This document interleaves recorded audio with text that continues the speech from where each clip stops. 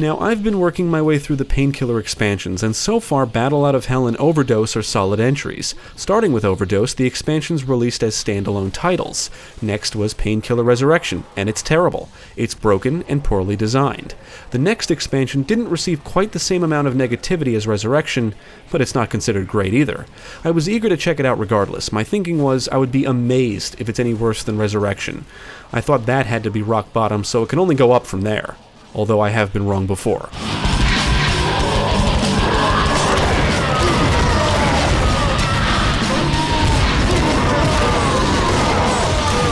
Developed by Eggtooth Team and published by DreamCatcher Interactive, Painkiller Redemption was released for PC in 2011. I did install the widescreen HUD fix to correct the stretched HUD present when playing the game in a widescreen resolution. Redemption is a single-player only installment, which is ironic because all the maps are designed for multiplayer, or so the internet says. Now, I could just tell you Painkiller Redemption is more of the same with a new difficulty and boring levels, and end this review right now. But that would be lazy, a lot like this expansion. Now let's take a look at Painkiller Redemption and see what it's all about.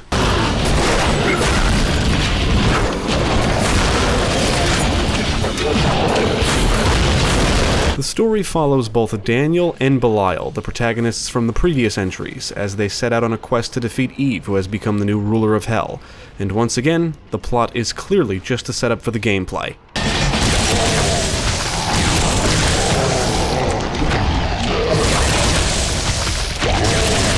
Redemption contains 8 levels spread across 2 chapters. The player will get to play as both Daniel and Belial and use their respective weapon sets. However, for some reason, the blade and egg bombs are absent from Belial's arsenal, which is very disappointing. The level will determine which character you play as, and the gameplay is typical Painkiller. Run, jump, aim, and shoot the mobs of foes coming your way. Collect enough souls to morph into a demon and use black tarot cards to aid you. It's all here.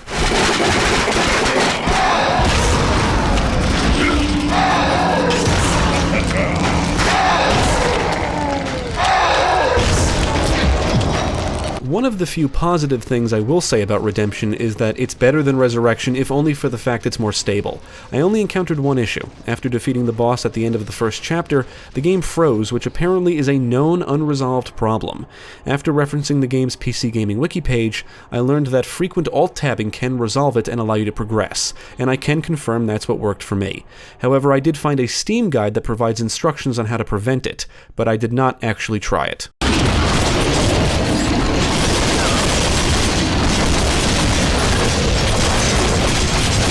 Now, I've never actually played the multiplayer in the previous installments, but according to the internet, the levels here are actually based on multiplayer maps, and unfortunately for this single-player experience, they make for very boring levels. The gameplay is what you would expect from a Painkiller game. You progress through levels by killing enemies, working your way towards the exit. You must defeat all the enemies in an area to proceed to the next area, rinse and repeat throughout each level. It's a simple formula, but it works when the levels are designed to give you plenty of space to maneuver around the mobs of varied enemies that are thrown at you.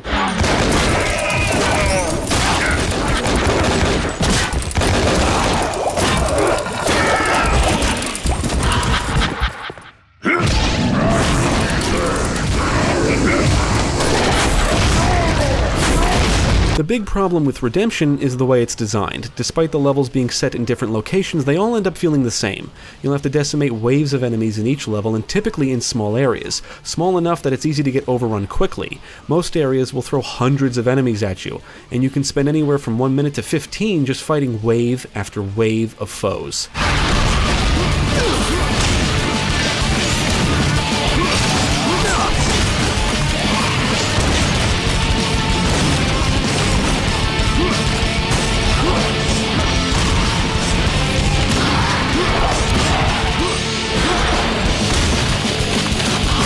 Unlike its predecessors, the levels lack variety in terms of layout and general design. They're just very simple. Levels consist of numerous areas, which are typically just small rooms, that sometimes don't give you enough ammo to fend off the hundreds of foes that spawn, making the Replenish Tarot card one of the most useful, because it doubles the ammo you collect. The best weapons to use are any that unleash explosives, because crowd control is crucial, and is why the absence of egg bombs in Belial's arsenal is both odd and disappointing. Luckily, all the enemies you're up against means you'll usually have plenty of opportunities to morph into a demon, rendering you capable of killing most enemies with a single shot of demon power, letting you easily clean up the area to give you some breathing room, even if it's just for a brief time.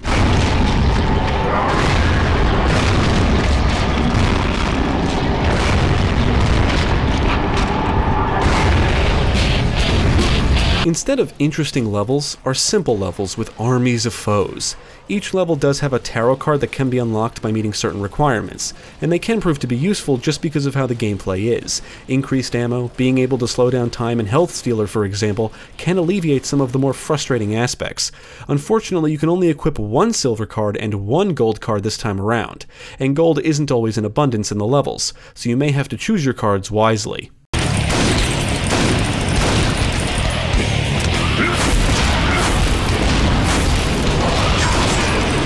The challenge in Redemption is a lot like it was in the previous installments. It's all about overcoming the odds, and that seems to be the only takeaway the developers got from the original game. As a result of the simplified design, I found the gameplay to be more frustrating here because of how mundane and boring the levels are. Deaths just annoyed me, because I was simply tired of moving around the same small spaces, blasting away the mobs in the same ways repeatedly. I constantly felt the desire to see something new, whether it be a new area or set of enemies. Every level kind of drags on because of the lack of variety, which applies to both the level design and encounters. It's just the same thing repeated over and over, from beginning to end, with nothing exciting or interesting to mix things up. That could technically be said about every installment up to this point, but at least the previous ones kept you on the move, with more space to move around and more variety in general.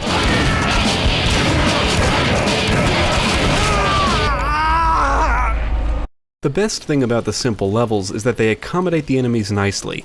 As you may or may not know, Painkiller enemies have never been very bright, and because of how simple Redemption's levels are, it's not hard for them to navigate around them. Enemies typically spawn in waves and often in multiple spots, and most of them will just rush you, and some do unleash projectiles. There's nowhere to hide, so you always have to keep moving.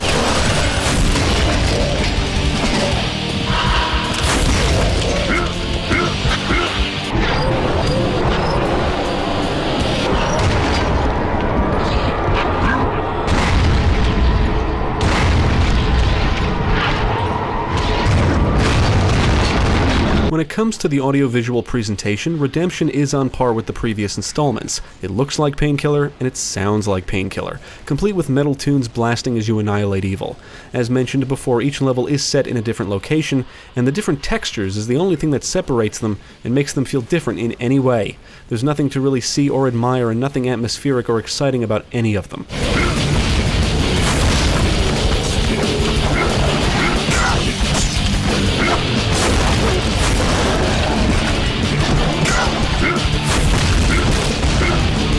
I cannot say I dislike Painkiller Redemption, but it's certainly not a great expansion. It's lazy. It retains the core gameplay of the series, and that's it. That's literally all it has going for it. Running, jumping, aiming, and shooting is the most exciting thing about it. Minus the new difficulty setting, it doesn't really feature anything new, and no effort was put into adding any kind of variety, or making the levels interesting or atmospheric. In fact, Redemption has the opposite problem of Resurrection. Instead of open-ended and interestingly designed levels, Redemption features simple, boring levels with a lot of tight spaces. Granted, the open-ended nature of Resurrection did not mesh well with the classic Painkiller formula. It introduced pacing problems and amplified the issues with the enemy pathfinding, but at least the levels were somewhat interesting.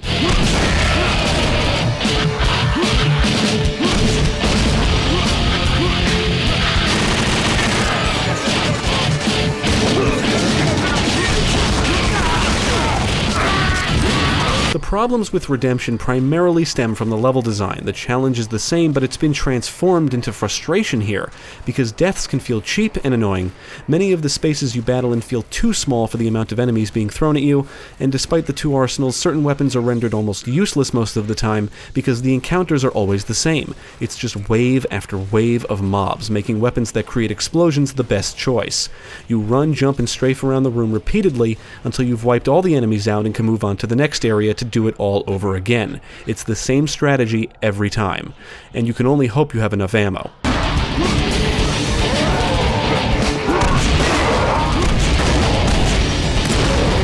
I would only recommend Painkiller Redemption if you're a die-hard fan of the Painkiller experience. I do think it's better than Resurrection, and it's cool being able to play as two protagonists with different weapon sets.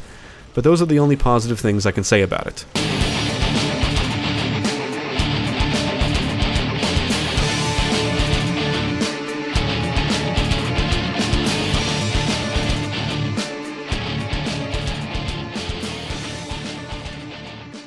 Thank you for watching. If you enjoyed this video, check out the rest of our channel, follow us at the links below, and you can also support us on Patreon.